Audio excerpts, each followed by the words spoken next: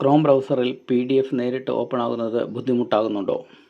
ചില ഒഫീഷ്യൽ വെബ്സൈറ്റുകൾ ഫയർഫോക്സിൽ കിട്ടാത്തതിന് പ്രശ്നപരിഹാരമെന്ന വണ്ണം ഫയർഫോക്സിലെ SSL സെക്യൂരിറ്റിയിലെ ചില ടിക്ക് മാർക്കുകൾ ഒഴിവാക്കുന്നത് കൊണ്ട് നമുക്ക് ഓവർകം ചെയ്യാൻ സാധിക്കും എങ്കിൽ പോലും അത് വൾണറബിലിറ്റി കൂട്ടുകയും വൈറസ് അറ്റാക്കോ ഹാക്കിങ്ങോ സാധ്യതകളുള്ളതുകൊണ്ട് അതിന് മുതിരാതിരിക്കുന്നത് നല്ലതാണെന്ന് കരുതുന്നു.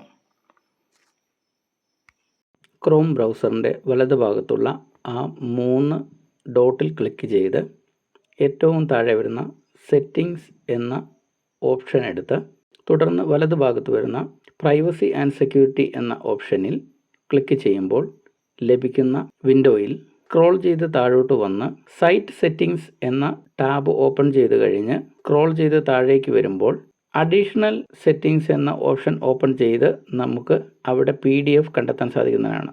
അതിനുശേഷം PDFനെ ഡൗൺലോഡ് PDFs എന്ന റേഡിയോ ബട്ടൺ ക്ലിക്ക് ചെയ്ത് വയ്ക്കുക.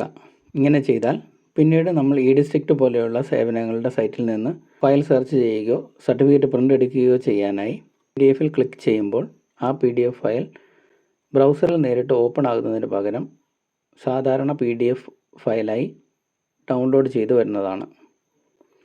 ഇത്തരം അറിവുകൾ തുടർന്നും ലഭിക്കുന്നതിനായി ലൈക്ക് ചെയ്യുക, സബ്സ്ക്രൈബ് ചെയ്യുക, ബെൽ ബട്ടൺ അമർത്തുക.